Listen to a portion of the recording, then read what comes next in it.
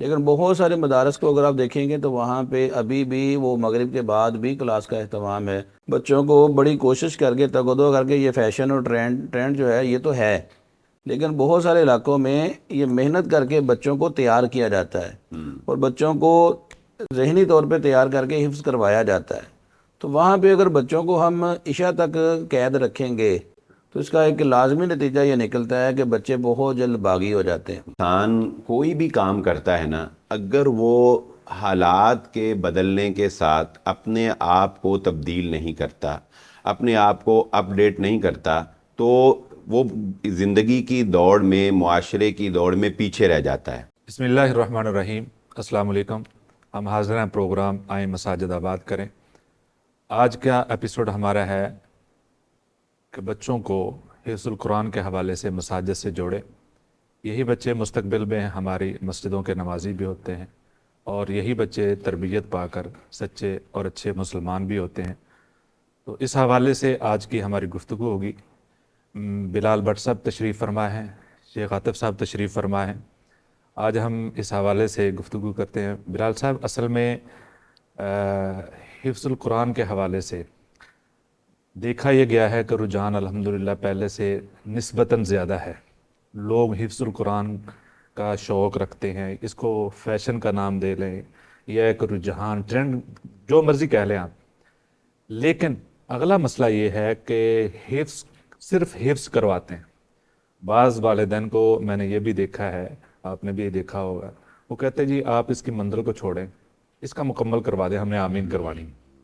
تو اس حوالے سے آپ رہنمائی کریں کہ بچوں کو اس طرف لائیں اور پوری تیاری سے لائیں، مستقبل بھی بتائیں کہ کیسا ہونا چاہیے. بسم اللہ الرحمن الرحیم. سعید صاحب، اس حوالے سے سب سے اہم بات تو یہ ہے کہ یہ چیز، جیسا کہ آپ نے خود اس طرف توجہ دلائی، یہ چیز کچھ فیشن کے اندر بھی آ گئی ہے. جی جی. یعنی جو بچے کے تکمیل کے موقع کے اوپر ایک بہت بڑا پروگرام جو کروایا جاتا ہے، اسے ہمارے عام معاشرے میں آمین کہا جاتا ہے. اس میں بڑی شخصیات کو بلانا، پھر کسی اچھے شادی حال میں اس کا ایک اچھا انتظام کرنا، پھر اس کی ایک باقاعدہ ویڈیو کوریج کروانا، پھر اس کی دستار بندی کرنا، یہ سارا کچھ جو ہے، یہ دکھاوا جو ہے، یہ جاذبیت پیدا کرتا ہے.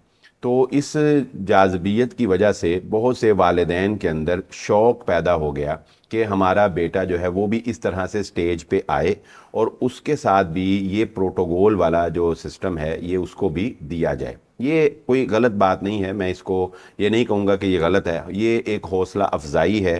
اور اس میں کچھ اسراف اور فضول خرچی اور کچھ چیزوں سے اگر ایوائڈ کرتے ہوئے شریعت کے جو اصول ہیں، اگر اس کا انتظام کیا بھی جائے، کسی کو سند آپ دے رہے ہیں، دستار بندی کر رہے ہیں، تو یہ غلط نہیں ہے. لیکن اس کا جو نقصان ہے وہ کیا ہے کہ والدین کا سارا فوکس جو ہے وہ اس بات پہ چلا گیا کہ بس ہمارے بیٹے کی اچھی سی آمین جو ہے اس کا فنکشن اچھا ہو جانا چاہیے، پروٹوکول اچھا مل جانا چاہیے. بیک اینڈ پہ اس کا نالج کیا ہے، اس کی کارکردگی کیا ہے، اس کی طرف کوئی توجہ نہیں ہے. یہ ایک اس کا نقصان ہے. اور یہ بات تو آپ مجھ سے زیادہ بہتر صحیح صاحب سمجھتے ہیں کہ حفظ کے جو مدارس ہیں ان میں جو معیار کی صورتحال ہے وہ بہت ہی جو ہے وہ سمجھ لیں کہ اب وہ الفاظ میں کیا کہوں کہ وہ کوئی اتنی اچھی نہیں ہے. ہمارے تعداد کے اوپر بعض جگہ پر، بعض مدارس میں تعداد کے اوپر فوکس ہے کہ تعداد زیادہ سے زیادہ ہو جائے. پھر کچھ چیزیں ایسی ہیں صحیح صاحب جو انٹرنیشنل سٹینڈرڈ ہیں، وہ جو انٹرنیشنل سٹینڈرڈ بنائے جاتے ہیں نا، وہ بہت ہی تجربے کے بعد اور بہت ہی زیادہ سرچ کے بعد کوئی سٹینڈرڈ جو ہے وہ سیٹ کیا جاتا ہے. لیکن ہمارے حفظ کے مدارس کو کسی بھی سٹینڈرڈ کے ساتھ جو ہے وہ ماپا نہیں جاتا، کوئی سٹینڈرڈ نہیں ہے. مثال کے طور پہ ایک لیول ہے کہ ایک استاد کے اندر ایک انسان ہونے کے اعتبار سے وہ ایک وقت میں اتنے بچوں کو پڑھا سکتا ہے. اس سے زیادہ اگر بچے ہوں گے تو کنفرم بات ہے کہ بچوں کا رزلٹ ویسا نہیں آئے گا. لیکن اس بات پہ ہمارے حفظ کے مدارس میں بالکل کوئی خیال نہیں رکھا جاتا. ایک استاد ہے اس کے پاس 40 بچے بھی ہیں، 25 بچے بھی ہیں، کسی کے پاس 20 بھی ہیں، یعنی کسی نے یہ محنت کر کے یہ نتیجہ نہیں نکالا کہ حفظ کی کلاس میں ایک استاد کتنے بچوں کو ہینڈل کرے، کتنے بچے اس کی کلاس میں ہوں کہ سارے بچوں کا رزلٹ جو ہے وہ پازیٹیو آ جائے۔ اس طرح کے کچھ سٹینڈرڈز جو ہیں وہ ہمیں اپنے مدارس کے اندر سیٹ کرنے چاہیے۔ یہ میں نے صرف ایک ایگزامپل آپ کے سامنے رکھی ہے۔ جی شیخ عطا صاحب، بلال صاحب نے ایک بات کہی ہے کہ وہ جو ٹیچر ہے، استاد ہے، قاری صاحب ہیں، ان کے اوپر برڈن ڈال دیا جاتا ہے۔ ایک تو یہ برڈن بہت زیادہ ڈال دیا جاتا ہے، اس میں کوئی شک نہیں ہے۔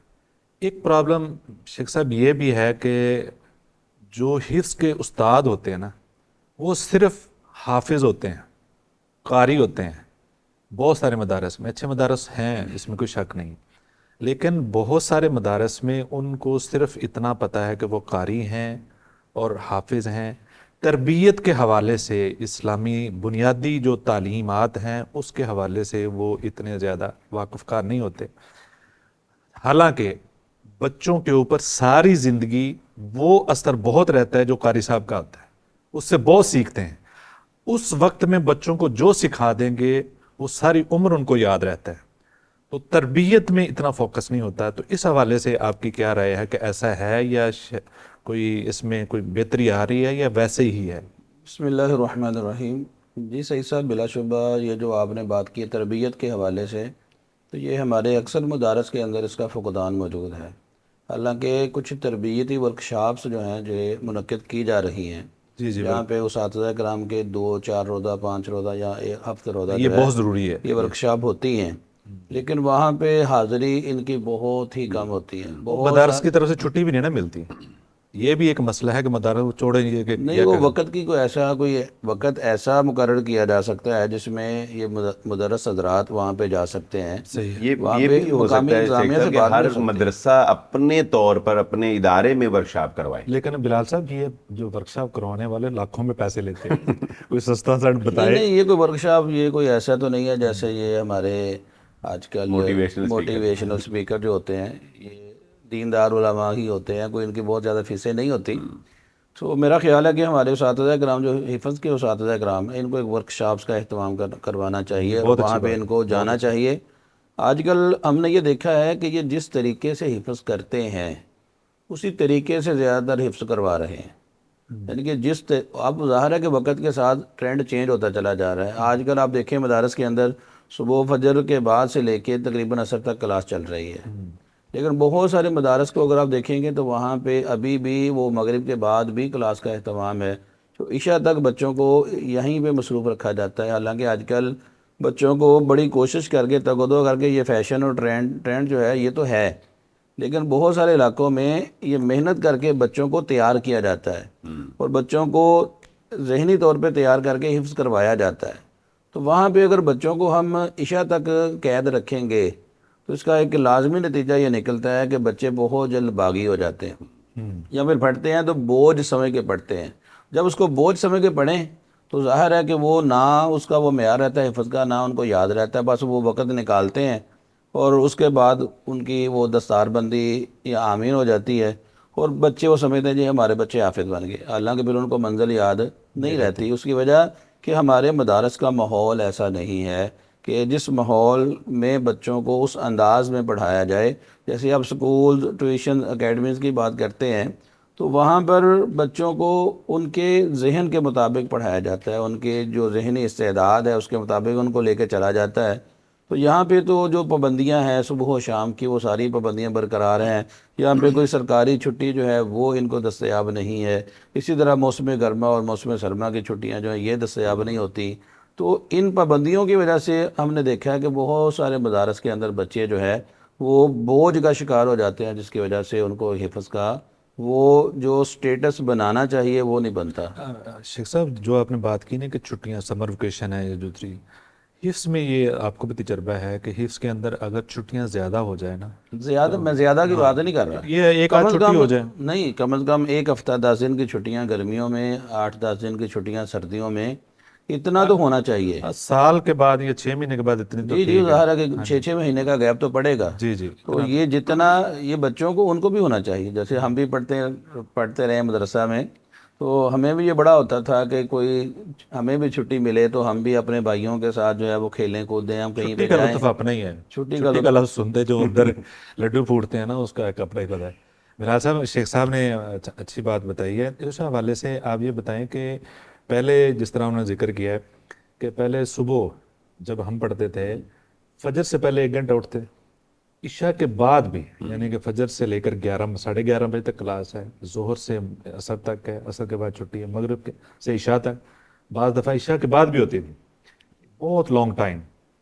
اب اتنا افورڈ نہیں ہوتا بچوں سے، بڑوں سے بھی نہیں ہوتا. بڑے تو آدھا گھنٹہ جمعہ نہیں سن سکتے بیٹھ کے نیچے زمین پہ بیٹھ سکتے، اور یہ اتنا اسٹیمنا وہ مشکل ہو گئے. تو یہ جو ٹائمنگ سکولز کے اندر چینج ہوئی ہے، وہ تقریباً 1-2 بجے تک کلاسز ہو رہی ہیں. تو یہ ٹرینڈ زیادہ اچھا ہے یا وہ زیادہ اچھا ہے کہ جو کم از کم عصر تک پڑھا جاتا ہے؟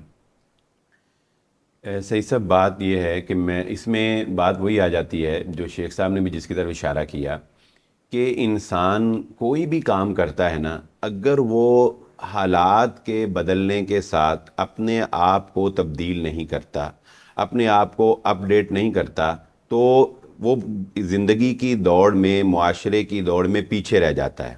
اور جب وہ پیچھے رہ جاتا ہے تو پھر آہستہ آہستہ وہ کل عدم ہو جاتا ہے، بالکل ختم ہو جاتا ہے اس کا وجود. آپ دیکھتے ہیں کہ یہ جتنے بھی ہمارے پاس مشینز ہیں، یہ ساری جو ہیں وہ ریگولر اپ ڈیٹ ہو رہی ہیں. ٹھیک ہے، آج سے 1.5 سال پرانا کمپیوٹر جو ہے وہ آج کارآمد نہیں ہے. یہ کیمرے جو ہماری ریکارڈنگ کر رہے ہیں، یہ بھی کچھ سالوں کے بعد جو ہے وہ ڈیڈ ہو جائیں گے، کیونکہ ان کے نئے ورژن جو ہیں وہ آ جائیں گے. تو اسی طرح جو تعلیمی سسٹم ہے اس کے اندر بھی تیزی سے تبدیلی آئی ہے. لوگوں نے تعلیم کا طریقہ کار، تعلیم کو ڈیلیور کرنے کا طریقہ کار، استادوں کا طریقہ کار، اسٹوڈنٹس کا طریقہ کار، اس کی ٹائمنگ، اس کا سکھانا، دنیا کے اندر اس میں بہت تیزی سے تبدیلی آ رہی ہے.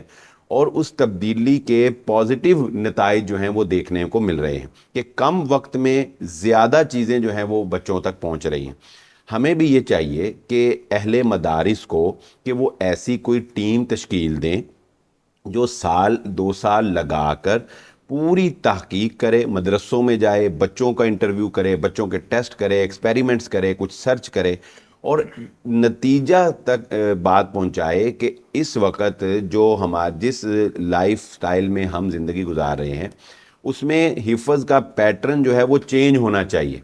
یعنی اس میں کچھ ٹائمنگ جو ہے اس کو ایڈجسٹ کیا جائے. شیخ صاحب نے بڑی اچھی بات کی، اس میں چھٹیوں کو ایڈجسٹ کیا جائے، اس میں تھوڑی سی بچوں کی انٹرٹینمنٹ جو ہے اس کو جو ہے وہ ایڈجسٹ کیا جائے، اور کم وقت کے اندر ہم بچوں سے زیادہ نتائج جو ہے وہ حاصل کر سکتے ہیں. اور آج کل حفظ میں جیسا کہ شیخ صاحب نے کہا کہ عصر تک جو ہے وہ کلاس ہو رہی، یہ بھی ایک ٹرینڈ ہے کہ حفظ کے بچوں کو ہوم ورک بھی دیا جا رہا ہے، جبکہ پہلے ایسا کوئی ٹرینڈ نہیں تھا. اس میں ٹائم تھوڑا ہے. ہاں جی، یعنی ہوم ورک دیا جا رہا ہے. یعنی بجائے اس کے کہ آپ بچے کو ہر وقت اپنے پاس قید کر کے رکھیں، یہ قید ہی بن جاتی ہے نا جب آپ فجر سے لے کے عشاء تک اس کو دیں، بجائے اس کے کہ آپ اس کو ہوم ورک دے دیں.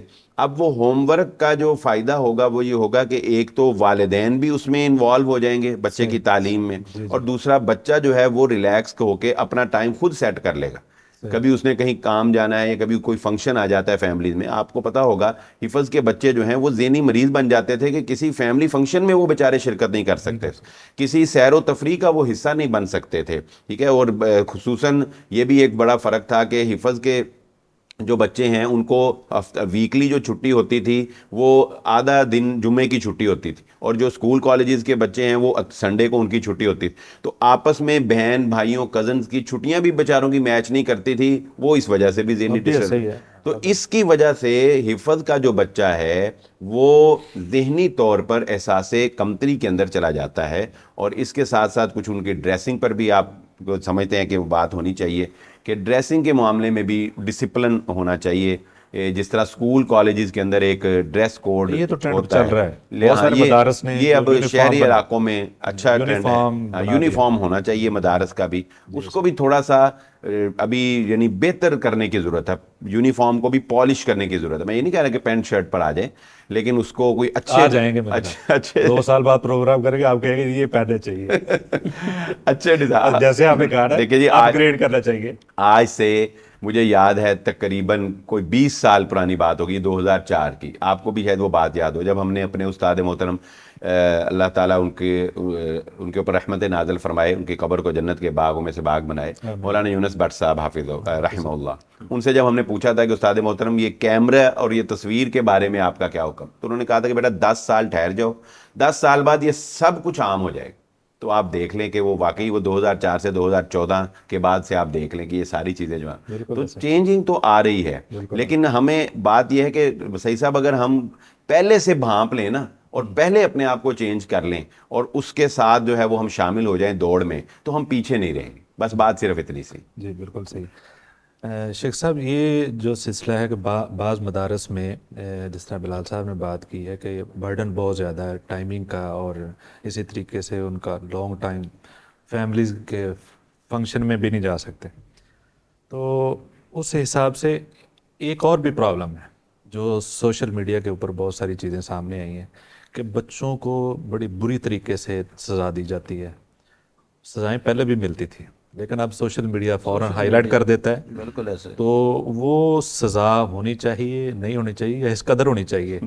ویسے مجھ سے تو وہ ویڈیو کوئی بھی نہیں دیکھی گئی آج تک، جی وہ دیکھنے کے قابل ہے ہی نہیں، ویسے اس کو ایسی ویڈیوز کو سوشل میڈیا پہ وائرل بھی نہیں کرنا چاہیے۔ سب سے پہلے تو میں بلال صاحب کی بات میں ایک بات کو تھوڑا سا ایڈ کرنا چاہتا ہوں کہ بلال صاحب نے کہا کہ جب بچوں کو عصر کے وقت چھٹی مل جاتی ہے تو ہوم ورک بھی ملتا ہے، تو اس میں پیرنٹس بھی شامل ہو جاتے ہیں، تو یہاں پہ ایک بات بڑی اہم ہے جس کو پیرنٹس کو بھی مد نظر رکھنا چاہیے کہ بچہ جو ہے وہ حفظ کر رہا ہے، تو حفظ کرتے ہوئے بچے کو اب جلدی چھٹی ہوئی ہے، اب یہاں پہ پیرنٹس نے دیکھنا ہے کہ ہم نے بچے کو وہ ہوم ورک بھی کروانا ہے، بچے کو وقت پہ کھانا بھی دینا ہے، بچے کو وقت پہ سلانا بھی ہے، اب گھر کا ماحول بھی پیرنٹس کو چینج کرنا یہ پڑے بہت گا۔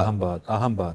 ہم نے دیکھا ہے کہ کچھ مدارس کے اندر جہاں پہ عصر کے وقت چھٹی ہوتی ہے بچے گھر میں آ گئے، اب گھر کے اندر ماحول وہی کیبل نیٹ ورک کا اور 12 گھر کے بجے اندر سونے کا۔ وہی رات کو 12 بجے بھی نہیں، 2-2:30 بجے سونے کا۔ اب وہاں پہ مجھے یہ بتائیں کہ وہ بچہ گھر میں آگے ہوم ورک تو کر لے گا، ظاہر ہے اتنی لیٹ نائٹ سو رہا ہے، صبح اٹھ کے وقت پہ وہ کیسے جائے گا؟ مشکل ہے، اس لیے پھر وہ جہاں اس کی پہ پڑھائی متاثر ہوتی ہاں ہے۔ جہاں پہ ہم یہ لوگوں کو یہ اب یہاں اپنے مدرس حضرات کو یہ کہیں کہ اپنا وقت جو ہے یہ عصر تک لے کے جائیں، وہاں پہ پیرنٹس کی یہ ذمہ داری بھی بنتی ہے کہ وہ اپنے گھر کا ماحول تبدیل کریں، عشاء کے بعد بچے کی تربیت کے بچے لیے کی تربیت کے اندر جلدی سونے کی عادت ڈالیں تاکہ بچہ، کیونکہ وہ سوتا ہی نہیں، اس نے صبح جانا ہوتا ہے، ہاں جانا ہوتا ہے، فجر کے وہ بعد اس سوتا ہی نے نہیں ہے۔ پڑھنے کے لیے جانا ہے، تو اگر اس کی نیند متاثر ہوگی تو وہ حفظ نہیں کر سکے بالکل گا، صحیح بات۔ یا پھر اس ماحول کے اندر حفظ کرے گا تو اس قرآن کی روحانیت کا اس کے اوپر اثر نہیں ہوگا، بالکل صحیح ہے۔ کہ جب گھر کا ماحول درست نہیں ہے، تو اس لیے گھر کا ماحول پیرنٹس کو دینا چاہیے۔ دوسری بات آپ نے کی ہے مار کے حوالے سے، تو مار کے حوالے سے ہم یہ دیکھتے ہیں کہ ایک مقولہ ہے کہ الضرب للتعذیب، ادب سکھلانے کے لیے مارا جاتا ہے، لیکن مارنے کے کچھ آداب بھی رسول کریم صلی اللہ علیہ وسلم نے فرمائے صحیح کہ ہے، جب کسی کو مارو تو اس کے چہرے پہ مت مارو، صحیح ہے۔ جب مارنا ہے تو اس کو ہلکی مار مارو جو اس کی ہڈیوں پہ یا اس کے چہرے پہ یا اس کے جسم پہ نشان نہ چھوڑے، تو مارنے کا مطلب یہ وحشیانہ تشدد نہیں ہے کہ کیا جس طرح میں آپ کے بات کو روک رہا ہوں، نبی صلی اللہ علیہ وسلم کی کوئی ایسی حدیث ملتی ہے، کوئی ایسی سنت سے ثابت ہے کہ اصحاب صفا آپ کے اسٹوڈنٹس تھے، ان کو کوئی اس طرح کی مار کی ضرورت پڑی؟ نہیں، رسول اللہ صلی اللہ علیہ وسلم جیسا معلم تو کائنات کے اندر کوئی نہیں ہے۔ حضرت انس رضی اللہ تعالیٰ عنہ 10 سال آپ کی خدمت کرتے رہے، تو آپ صلی اللہ علیہ وسلم نے تو کبھی ان کو یہ بھی نہیں کہا کہ تو نے یہ کیا کیا، کسی کام کے لیے بھیجتے تھے، وہ کہیں اور مشغول ہو جاتے تھے، تو آپ نے تو کبھی اس کو نہیں یہ کہا کہ ان کو یہ نہیں کہا کہ بھئی آپ کو کہاں بھیجا تو آپ کہاں پہ گئے، رسول اللہ صلی اللہ علیہ وسلم جیسا معلم کہاں سے ڈھونڈ کے لائیں؟ وہ عرابی مسجد میں چلا آتا ہے، پیشاب کرنے لگ جاتا ہے، تو صحابہ کرام ان کو مارنے کے لیے بھاگتے ہیں، روکنے کے لیے زبردستی آپ صحابہ کرام کو روک دیتے ہیں، تو وہ صحابی بعد میں کہتے ہیں جتنے پیار سے آپ نے سمجھایا ہے اتنا پیار تو میں نے کبھی کسی سے پایا ہی نہیں ہے. تو رسول اللہ صلی اللہ علیہ وسلم جیسا معلم تو کائنات کے اندر کوئی نہیں. ہمارے اساتذہ کرام کو رسول اللہ صلی اللہ علیہ وسلم سے سیکھنا چاہیے. میں یہ سمجھتا ہوں کہ بچوں کو آپ بتا رہے تھے اس کے آداب مارنے کے بھی. جی میں کہتا ہوں اس کو مارنے کے آداب چہرے پہ مت ماریں, اس کی ہڈیوں پہ مت ماریں, اور ایسی مار مت ماریں کہ جس کے ساتھ جو ہے ان کے جسم کو نشان چھوڑ جائے. میں اب یہ کہنے لگا تھا کہ ان کو اگر آپ سزا دینا ہی چاہتے ہیں, اور یہ مجبوری ہوتی ہے بسا اوقات, بعض بچے بہت تنگ کرتے ہیں, تو اس سزا کی بہت ساری شکلیں ہیں. آپ بچے کو کہیں جی وضو کرو اور یہاں پہ میرے سامنے 20 نفل پڑھو. آپ بچے کو ذہنی آپ جو جسمانی ورزش ہے وہ کروا سکتے اس ہیں. سے یہ نہیں ہوگا کہ وہ بعد میں بڑا ہو کر سمجھے اگر نفل پڑھنا یہ تو جرمانہ ہے, عبادت نہیں نفل پڑھنا جرمانہ نہیں ہے, ایک نفل پڑھنے کی ترغیب بھی تو ہوتی ہے نا. ترغیب ساتھ ہو. تو اس کے ساتھ آپ اس کو جسمانی ورزش پہ لگا سکتے ہیں جس کو ہم بیٹھک بولتے ہیں. صحیح ہے. اسی طرح وہ ڈنڈ نکالنا جو ہوتا ہے وہ ہو سکتا ہے. آپ ایسی ان کو مشقت میں ڈال دیں جو ان کے جسم کے لیے بھی مفید ہو, بجائے اس کے کہ ان کو مارا. ویڈیو وائرل ہوئی ہے ویسے, کار پکڑ کے چل رہا ہے, یہ صحت کے لیے بہت اچھا ہوتا ہے. ہاں یہ ویڈیو بھی وائرل ہوئی ہے.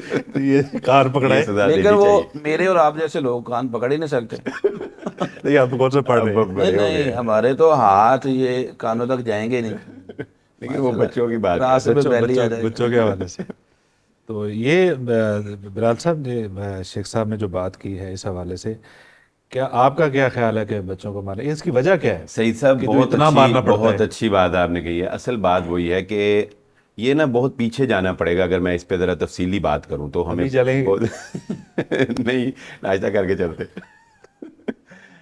ہمیں تاریخ میں پیچھے جانا پڑے گا.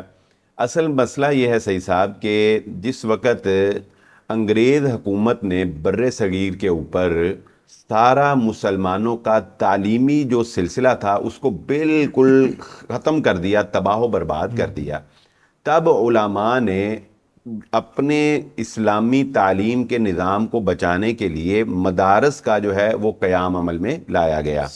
اب اس وقت جب مدارس کو قائم کیا گیا تو یہ بالکل حکومت سے الگ ہو کر انفرادی طور پر انڈیویجلی جو ہے اس کو قائم کیا گیا. اب جب انفرادی طور پر قائم کیا گیا تو یہ لوگوں کی زکوٰۃ, صدقات اور خیرات سے یہ ادارے جو ہے وہ چلائے گئے.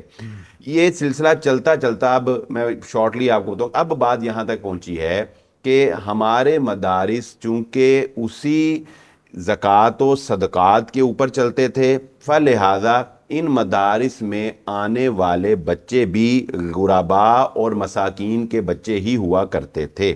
ابھی بھی 80% بچے وہی ہیں. صرف کچھ ٹرینڈ جو ہے سوشل میڈیا کی وجہ سے تھوڑا سا شہروں میں ٹرینڈ چینج ہوا ہے. ادروائز مدارس کے اندر, حفظ کے بالخصوص مدارس کے اندر زیادہ تر بچے وہ ہیں جو دیہاتی علاقوں سے آتے ہیں, زیادہ تر بچے وہ ہیں جو ڈل مائنڈ ہیں, زیادہ تر بچے وہ ہیں کہ جن کے والدین اپنے بچوں کی جو تربیت نہیں کر پا رہے تھے, یا بچہ بہت زیادہ شرارتی یا بہت زیادہ تنگ کرنے والا تھا تو انہوں نے کہا کہ اس کو مدرسے میں ڈال دو. اب یہی بچے یہی بعد میں استاد بنے, یہی بچے پڑھے اور یہی بچے بعد میں استاد بنے.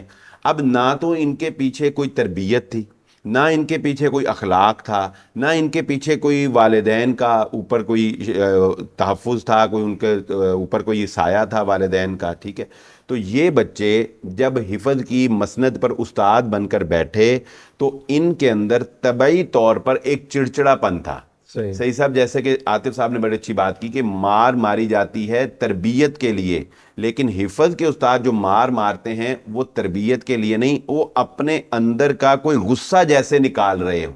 یعنی اتنی درندگی کے ساتھ حفظ کے استاد بچوں کو مارتے ہیں کہ اگر سارے نہیں کچھ مطلب وہ ہم وہی بات کر رہے ہیں نا, ہر جگہ نہیں, لیکن جہاں پہ ہوتا ہے جو واقعہ سامنے آتے ہیں ان کی بات کر رہے ہیں. تو وہ اس سے دیکھ کر یہ پتہ لگتا ہے, میں یہ محسوس کرتا ہوں کہ یار ان کے اندر نا کوئی ذاتی کوئی غصہ سا ہے, کوئی ذاتی نفرت ہے ان کے اندر.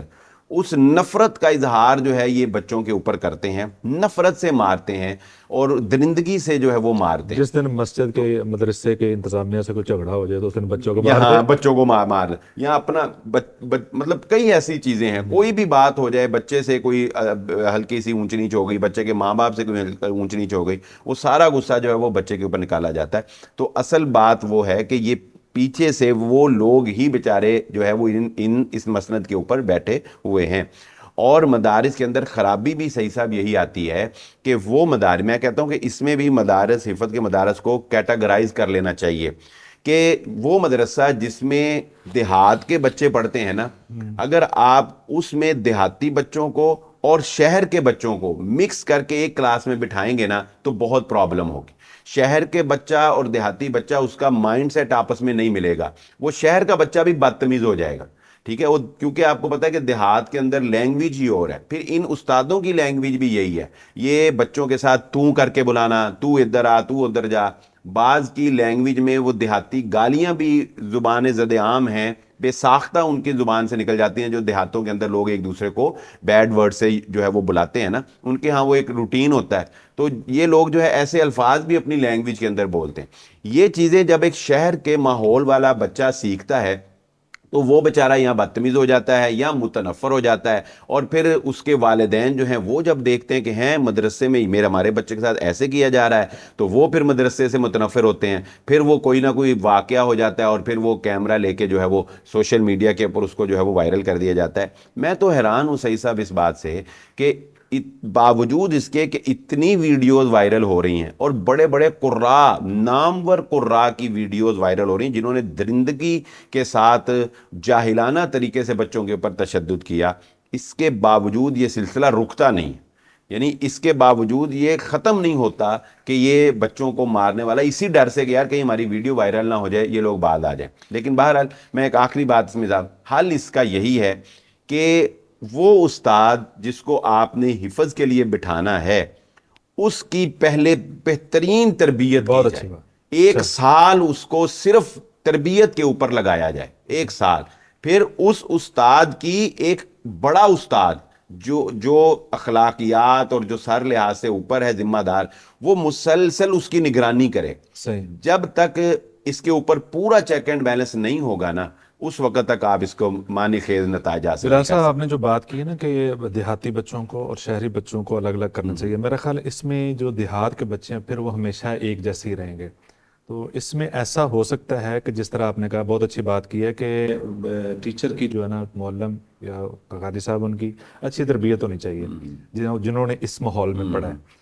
تو ان بچوں کو الگ ہونا چاہیے، لیکن کچھ وقت کے لیے ان کی پہلے تربیت کی جائے جو دیہات سے آئے ہیں. بالکل صحیح ہے. اور دوسری بات بڑی اہم ہے کہ بچوں کو کبھی یہ کہہ کر نہ کہیں تو واحد کے سیغے سے نہ بلائیں، بالکل وہ یہ کہہ کر نہ بلائیں، آپ کہیں. بالکل. بعض ایسے ادارے میں نے دیکھے ہیں وہاں پابندی ہے وہ یہ کہنے پر، بچوں کو آپ ہی کہنا ہوتا ہے. بالکل. پھر وہ بچے کیا ہیں گھر میں جا کر بھی، ہمارے والدین بھی یہ کرتے ہیں، یہ بچوں کو بلاتے اس طریقے سے اور اس طرح کے الفاظ بولتے، بچہ پھر ریاکشن میں وہی لفظ بولتا ہے.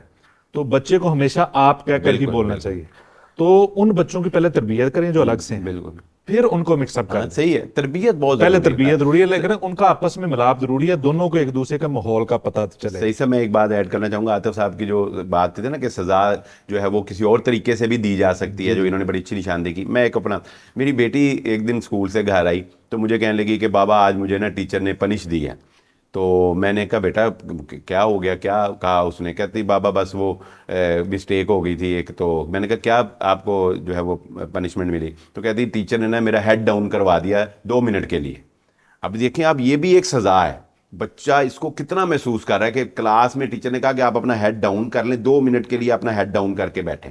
اب یہ اگر دیکھا جائے اور بچے کو اس کا ریلائز کروایا جائے تو یہ بھی ایک سزا ہے. اور کتنی مطلب سینسیبل جو ہے چیز سمجھ آتی ہے. لیکن یہ سزا اس وقت ہے جب کلاس کا ماحول یہ بنایا جائے. بالکل بالکل. ہم نے تو ماحول بنایا ہے اس کو مرغا بنانے پہ، ہم نے ماحول بنایا اس کو ڈنڈے مارنے کا. تو جب ان کو ہم لاتے ماریں گے، ٹھڈے ماریں گے، یہ بات تو پھر یہ پنشمنٹ تو یہ کچھ بھی نہیں ہے، کچھ بھی نہیں ہے. بچے کہیں گے یہ تو کوئی پنشمنٹ. یہ واقعی آپ کی بات ہے. عزت نفس والا ماحول ہو نا، تو ہمارے ہاں یہ ہوتا تھا جب پڑھتے تھے کہ اگر استاد نے کھڑا کر دیا نا کہ آپ کھڑے رہیں، تو پوری کلاس دیکھتی، پوری کلاس کی نظریں اس پر، یہ ڈوب جانے کا مقام ہوتا تھا. اور اسمبلی ہو، اسمبلی میں ایک بچہ تاخیر سے آیا ہو اور سارے بیٹھے ہو تو کھڑا ہو جائے، تو یہ کھڑا ہونا ہی بہت بڑی سزا ہے. بلکہ میں نے تو عزت نفس کے حوالے سے میں نے تو ایک ادارے کے اندر یہ سزا سنی اور سن کے حیران رہ گیا کہ ایک بچہ ہے اس کو سزا دینی تھی، استاد نے کیا کیا، اس کو مرغا بنایا اور مرغا بنا کے اس کے کزن کو اس کے اوپر بٹھا دیا۔ دیکھ اب اس نے جا کے گھر اپنے پاپا کو بتایا، پاپا شکایت لے کے مسجد میں آیا اور آ کے مسجد میں مدرس سے جھگڑا کرنا شروع کر دیا کہ یار آپ نے سزا دینی تو انسانی سزا دیں۔ اب وہ بچہ کیا محسوس کرے گا کہ مجھے مرغا بنایا گیا اور میرے اوپر میرے قدم کو بٹھا دیا انسلٹ گیا۔ ہے، ہاں جی بالکل، تو انسان کی انسلٹ ہے۔ وہ بچوں کے اندر عزت نفس بہت ہوتی ہے، ہم اس بات کو مانتے نہیں ہیں، بچوں کے اندر بہت عزت نفس ہوتی ہے، البتہ وہ بچے اس بات کو بڑا محسوس کرتے ہیں کہ اگر ان کے کلاس فیلو کے سامنے ان کو کوئی بات کہہ دی جائے نا، بالکل تو بچے بڑا محسوس کرتے ہیں اور گھر میں آگے بعد میں پیرنٹ سے بات کرتے ہیں، جی آج ہمارے ساتھ یہ معاملہ ہوا۔ بالکل بلال صاحب، ہمارے یہاں جب میں حفظ کرتا تھا نا تو لاہور میں ایک ادارے میں تھے، تو سب سے بڑی سزا بلا کیا تھی جس سے سارے بچے ڈرتے تھے، آپ حیران ہو گئے، وہ سزا یہ تھی کہ اگر میں نے منزل نہیں سنائی، سب کی نہیں سنائی، تو مجھے آج سبق نہیں ملے گا۔ اس سے اتنے خوفزدہ تھے بچے، ماحول بنایا تھا قاری صاحب نے، ایسا ماحول بنایا تھا کہ اگر آج آپ نے منزل نہیں سنائی تو اس لیے سارے بچوں کو فکر پڑی ہوتی تھی وہ یہ سبق نہ بند ہو جائے۔ پھر بچے وہ اس کو ڈسکس کرتے تھے، یار آپ کو سبق نہیں ملا، یہی وہ عزت نفس ہے۔ ہم نے بہت ساری باتیں تو کر لی ہیں کہ بچوں پر اتنا ظلم نہیں ہونا چاہیے، جو اساتذہ ہیں پڑھانے والے وہ بھی جو ہیں وہ انسان ہے، مسلسل بیٹھ کر پڑھانا اور اتنے بچوں کو دیکھنا، گھر میں ایک دو بچے ہیں نا تو پورے گھر کو انہوں نے آگے لگایا ہوتا ہے، ان کی مجبوریاں ہوتی ہیں بعض جگہ پہ ان کو تھوڑا سا سخت ہونا پڑتا ہے، تو اس حوالے سے یعنی کہ کیا طریقہ اپنانا چاہیے۔ اور دوسرا یہ کہ ان جو اساتذہ ہیں، ظاہر ہے وہ کسی نہ کسی موقع پر اگر 20 بچے بھی ان کے پاس ہیں تو وہ کوئی پڑھ نہیں رہے، تو اس میں شیخ صاحب یہ بھی بتائیں کہ والدین کا بھی قصور ہے، والدین بھی بچوں کو سمجھا کر بھیجا کریں کیونکہ ان کی بھی بات مانی جاتی ہے، اور ٹیچر بھی اس کو آہستہ آہستہ جو ہے نا اس طرف لے کر آئے، اس حوالے سے رہنمائی بلا کریں۔ شبہ صحیح صاحب کی یہ بات ٹھیک ہے، رسول اللہ صلی اللہ علیہ وسلم کا فرمان ہے کہ خیرکم من تعلم القرآن وعلمہ، تمہیں بہترین انسان ہوا جو قرآن سیکھتا ہے اور لوگوں کو سکھلاتا ہے۔ تو یہ مدرس جو ہے یہ رسول اللہ صلی اللہ علیہ وسلم کے فرمان کے مطابق بہترین انسان ہے۔ تو ورکشاپ کے حوالے سے تو ہم نے یہ گفتگو کر لی کہ ان کی ورکشاپ ہونی چاہیے تاکہ استاد جو ہے بہتر طریقے سے پڑھائے۔ ہاں جہاں تک آپ کی بات ہے، کلاس کے اندر 20 طلباء ہوتے ہیں اور ان طلباء میں سے بعض نکمے نالائق بھی ہوتے ہیں، لیکن ان کو ساتھ ملانے کا طریقہ بھی استاد کو ایک جدا اس کا انتخاب کرنا چاہیے کہ ایک پیٹرن جس پہ کلاس کو لے کے آپ چل رہے ہیں وہ بچہ نہیں چل رہا، اس بچے کا پیٹرن چینج کر دیں۔ ایک بچے کو آپ دیکھتے ہیں آپ کی کلاس کے 15 بچے جو ہیں وہ ایک 16 لائنیں سبق سکھا رہے ہیں، سنا رہے ہیں آپ کو، 5 بچے جو ہیں وہ 16 یاد ہی نہیں کر پاتے، آپ ان کو 12 پہ لے جائیں، 10 پہ لے جائیں، 8 پہ لے جائیں، بچے کو روزانہ اس کو آپ اپنے ساتھ لے کے چلیں، ان کا ایک الگ گروپ تشکیل دے دیں، ان کو اس انداز میں ساتھ لے کے چلیں اور ساتھ ان کے والدین کو بلائیں، ان کے ساتھ ایک میٹنگ کریں، بچوں کو پاس بٹھائیں ان سے کہ آپ کے بچوں کی یہ شکایت ہے، آپ اپنے بچوں کو اس انداز میں آپ ہمارے ساتھ لے کے چلیں۔ بعد میں کل آپ گلہ کریں گے کہ ہمارے بچے وہ تاخیر سے حفظ کر رہے ہیں، یا ہمارے بچے ان کو منزل یاد نہیں ہے، یا ہمارے بچے جو ہیں یہ ادب نہیں سیکھ پا رہے، تو والدین کو بلائیں، والدین کو ساتھ شامل کریں، خود بھی تربیت کریں، والدین کی ذمہ داریاں بھی لگائیں، پھر اس انداز میں لے کے چلیں گے تو مجھے بہت ساری امید ہے کہ اللہ تبارک و تعالیٰ نے اتنی قابلیت اور صلاحیت بچوں کے اندر رکھی ہے کہ بچے ان کو یاد کر سکتے ہیں، اللہ کہ کوئی ایسا کوئی بچہ ہو، لیکن سارے بچوں کو ساتھ اس انداز میں ملایا جا سکتا ہے۔ تو اساتذہ کرام یہاں پہ عمومی طور پہ میں سمجھتا ہوں یہ غلطی کر جاتے ہیں کہ وہ پورے کلاس کا ماحول ایک ہی بناتے ہیں، اس ماحول کے مطابق جو ہے جب وہ بچوں کو لے کے چلتے ہیں تو بہت سارے بچے اس ماحول کے ساتھ چل نہیں پاتے، نتیجتاً یا وہ چھوڑ جاتے ہیں یا پھر ان کو وہ سزائیں دینی پڑتی ہیں، استاد پھر غصے میں آ جاتا ہے، تو بجائے اس کے کہ استاد غصے میں آئے، استاد یہ کرے کہ ان کا پیٹرن چینج کر دے۔ یا پھر دوسری بات جو میں نے آپ کو کہی ہے کہ والدین کی ایک میٹنگ کر لے، والدین کے نوٹس میں یہ بات ہونی چاہیے کہ ہمارا بچہ حفظ کی کلاس میں ایسے چل، جیسے آپ دیکھیں اسکول کے اندر ہم اسکول کی تعریف اس لیے کرتے ہیں، حالانکہ خود ہم بچوں کو یہ گائیڈ کرتے ہیں کہ بچے حفظ کریں اور مدارس میں جائیں، لیکن سکول کی تعریف کیوں کرنی پڑتی ہے؟ اس لیے کہ سکول کے اندر جو اصلاحات اس وقت جو نافذ ہو چکی ہیں وہ بہت اچھی ہیں، جیسے مار نہیں پیار۔ اسی طرح آپ دیکھیں کہ وہاں پہ 1 مہینے کے بعد یا 2 مہینوں کے بعد پیرنٹس میٹنگ ہوتی ہے، وہاں پہ والدین کو بلایا جاتا ہے، بچوں کی مائیں یا باپ جاتے ہیں، وہاں پہ ان کو 3 مہینے کی کارکردگی سامنے رکھی جاتی ہے، ان کو بتلایا جاتا ہے کہ یہ کچھ ہے، لہذا آپ اپنے بچوں کی اصلاح ساتھ کریں۔ پھر بچے گھر میں آ کے وہ ماں باپ گھر میں آ کے بچوں کو پھر اس انداز میں سمجھاتے بھی ہیں تاکہ یہ بچہ ہمارے اس ماحول کے ساتھ چل سکے. تو میرا خیال ہے اساتذہ کو یہ طریقہ بھی اختیار کرنا چاہیے. بہت اچھا یہ اس میں کہ جب بچے بھاگتے ہیں نا مدارس سے، تو بعض مدارس میں ہم نے دیکھا ہے کہ وہ انہوں نے نا کوئی مہینے بعد وہ امتحان رکھا ہوتا ہے، ایک پارے کا امتحان رکھا ہوتا ہے.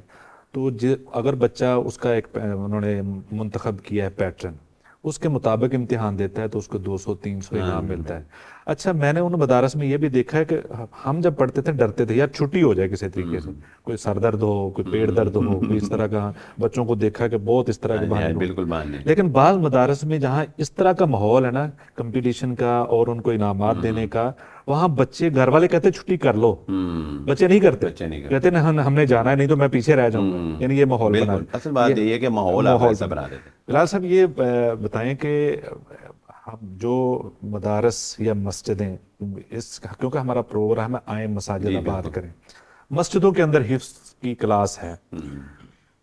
عموماً یہ ہوتا ہے کہ جو بچے حفظ کے لیے آتے ہیں ان کے والدین میں بھی پھر اٹیچ ہو جاتے ہیں. بات وہ ہے کہ تربیت جب بچوں کی جاتی ہے، بچے گھر جا کر کہتے ہیں کہ آپ نماز تو پڑھتے نہیں، مجھے حفظ میں ڈالا ہوا ہے. تو اگر آپ مساجد میں اپنے بچوں کو حفظ کے لیے ڈالتے ہیں تو مسجدیں بھی آباد ہوتی ہیں. اس پوائنٹ پہ آپ تھوڑا سا مختصراً بتائیں. صحیح صاحب، میں ایک چھوٹی سی بات اس اساتذہ کے حوالے سے کرنا چاہوں گا. اس سے پہلے جو شیخ صاحب نے بات کہی، ہمارے مدارس میں اساتذہ کا استحصال بھی کیا جاتا ہے، اس پر بھی ہمیں بات کرنی چاہیے. وہ تنخواہ والی بات ہم نہیں تنخواہ والی نہیں، وہ استحصال دو طرح سے. ایک تو تنخواہ والی جو ہے بات ہم کر چکے ہیں کہ حفظ کے استادوں کی تنخواہ جو ہے وہ امام مسجد سے بھی کم ہے. ڈیوٹی کے اعتبار سے اگر دیکھا جائے جتنی ان کی محنت ہے نا بہت سخت ہے، تو بہت سخت محنت، لیکن ان کی سیلری ظلم ہے. جو سیلری ان کو دی جاتی ہے نا، یہ ظلم ہے. ایک بات. دوسری بات، ہمارے مدارس کے اندر استاد کے اوپر ایک انسان کی برداشت سے زیادہ بوجھ ڈالا جاتا ہے. صحیح ہے. یعنی ایک استاد سے اتنا زیادہ کام لیا جاتا ہے کہ وہ بیچارہ جو ہے اس کے اندر پھر وہی بات کہ وہ نفسیاتی مریض بن جاتا ہے، اور پھر اس کا ریئیکشن جو ہے وہ مختلف طرح سے وہ ہمیں دیکھنے کو ملتا ہے. میں آپ کے اس پروگرام کے توسط سے بس یہ کہنا چاہوں گا کہ مدارس کو چلانے والے جو منتظمین حضرات ہیں وہ اس طرف بھی خدارہ توجہ کریں کہ جو بیٹھا حفظ کا استاد پڑھا رہا ہے وہ بھی انسان ہے. وہ کوئی لوہے کا نہیں بنا ہوا کہ آپ فجر سے لے کے عشاء تک اس سے کام بھی لیں اور بعد میں اس کی ضروریات بھی پوری نہ کریں اور پھر آپ کہیں کہ رزلٹ بھی ہمیں 100% ملے. ایسا نہیں ہو سکتا. اب دوسری بات آتی ہے کہ مساجد کے اندر جو آپ نے کہا کہ اگر حفظ کے مدارس جو ہے وہ قائم کیے جائیں، تو یہ ذاتی طور پر ہم نے دیکھا ہے کہ مسجد دارالسلام کے اندر حفظ کا ادارہ جو ہے وہ قائم کیا گیا. بہت سے لوگ جو ہیں وہ صرف اس وجہ سے مسجد کے ساتھ اٹیچ ہو جاتے ہیں کہ ہمارا بچہ جو ہے وہ اس مسجد کے اندر حفظ کرتا ہے. بالکل صحیح. وہ ماں باپ جو ہیں وہ نمازی بن جاتے ہیں، ان کے عقائد کی اصلاح ہو جاتی ہے. بہت سے بچے جب گھر جا کے بتاتے ہیں کہ ہمیں استاد جی نے آج یہ پڑھایا، یہ بتایا، یہ ہمیں تعلیم جو ہے تربیت دی، تو والدین سوچنے پر مجبور ہوتے ہیں. اس لیے میں یہ سمجھتا ہوں کہ جس بھی جگہ پر وسائل موجود ہوں، کوئی اچھا بندہ ہو، تو مسجد کے اندر ایک ساتھ چھوٹا سا حفظ کا ادارہ جو ہے وہ ضرور قائم ہونا چاہیے. اور آج کے دور کے اندر صحیح صاحب یہ بات میری نوٹ کر لیں، وہ بچہ اچھے طریقے سے آج کے دور میں وہ بچہ اچھے طریقے سے حفظ کر ہی نہیں سکتا جس کے ماں باپ اس کی سرپرستی نہ کرتے ہوں. ماں باپ کی سرپرستی کے بغیر، ماں باپ کے چیک اینڈ بیلنس رکھنے کے بغیر بچہ جو ہے وہ آپ کو مثبت نتائج نہیں دے سکتا. باپ کا بچے کے اوپر نگرانی کرنا، اس کا دیکھنا کہ اس کا رزلٹ کیا ہے، یہ بہت ضروری ہے، تبھی آپ کو مثبت نتائج ملیں گے. یہ انتہائی مختصر پیغام شیخ صاحب. آخری بات کہ جس طرح شروع میں ہم نے بات کی کہ یہ ایک فیشن بن چکا ہے حفظ کا، بے شمار حافظ ملیں گے. آپ پوچھیں گے نا تو وہ آپ بعض دفعہ ایسا ہوتا ہے وہ بتاتے ہیں کہ میں حافظ ہوں، حیران رہتے اس کے کام کیا ہیں اور اس کا حفظ سے کوئی تعلق ہی نہیں ہے. تو حفظ تو بہت کر رہے ہیں، اس کو مینٹین رکھنا، یاد رکھنا اور اس کے مطابق اپنی زندگی کو ڈالنا، اس کا ٹرینڈ بہت کم ہے. حفظ کرنے کا ٹرینڈ زیادہ ہے. اس حوالے سے کیا رائے دیں گے آپ؟ جی صحیح صاحب، آپ کی بات بالکل درست ہے. آج کل حفاظ تو بہت زیادہ ہیں لیکن تربیت کا فقدان ہے، جس کی وجہ سے بچے دوبارہ ایسے ماحول میں چلے جاتے ہیں جو ماحول عمومی طور پہ سکولز یا کالج کے طلباء کا ہوتا ہے. اس کی بڑی وجہ پروگرام کے اندر ہی باتوں میں یہ بات ہو چکی ہے کہ بچے کو حفظ پہ ڈال دیتے ہیں لیکن گھر کا ماحول ہم درست نہیں کرتے. دوسری بات جو بلال صاحب نے ابھی کی ہے کہ جب تک باپ اس کی سرپرستی نہیں کرے گا، باپ اس کے اوپر نظر نہیں رکھے گا، تو وہ بچہ جو ہے وہ اسی طرح ادھر ادھر چلا جائے گا اور گناہوں کا شکار جو ہے وہ ہو جائے گا.